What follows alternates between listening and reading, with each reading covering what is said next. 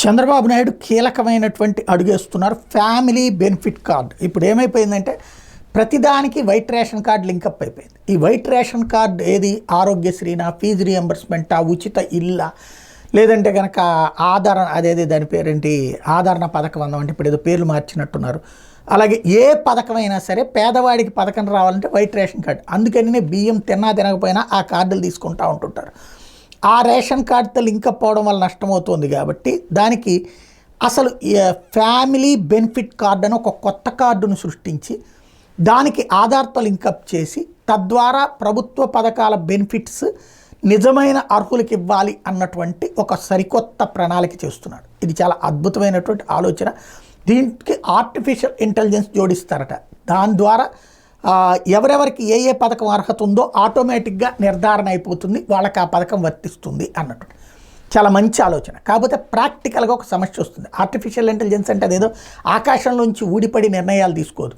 For example ఇప్పుడు నా ఇంట్లో ఇవాళ రోజున నేను నెలకు 1 లక్ష రూపాయలు సంపాదిస్తున్నా అంటే రేపు పొద్దున నాకు ఈ సంపాదన రాకపోతే ఆర్టిఫిషియల్ ఇంటెలిజెన్స్ ఏం కనిపెట్టి అయ్యో ఈయనకి ఈ నెలలో డబ్బులు రాలేదే ప్రభుత్వా నువ్వు ఇవ్వు అని చెప్పదు కదా.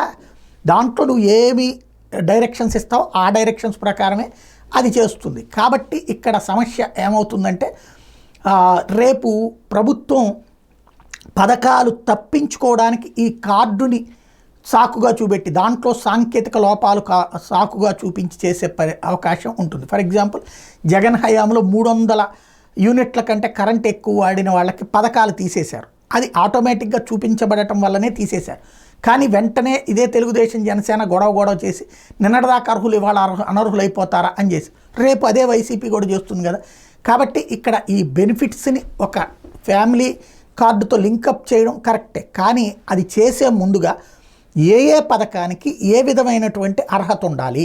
For example white ration card అంటే నెలకి ఒక 10,000 రూపాయల లోపు సంపాదించే వాళ్ళకి మాత్రమే బియ్యము.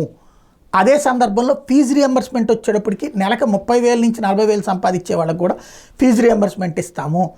తల్లికి వందనం అనేటటువంటిది 40,000 లోపు వాళ్ళకి ఫీజు రియంబర్స్మెంట్ వచ్చేటప్పటికి నెలకి 50,000 సంపాదించినా సరే ఇస్తాము. ఇట్లాంటి ఒక సిస్టమ్ని తయారు చేసి ఈ విధంగా పెడుతున్నామని చెప్తే అప్పుడు ఫ్యామిలీ బెనిఫిట్ కార్డు ఉపయోగం ఉంటుంది. లేదంటే కనుక పథకాలని ఎత్తేయడానికి అదొక సోర్స్ కిందకి మారుతుంది.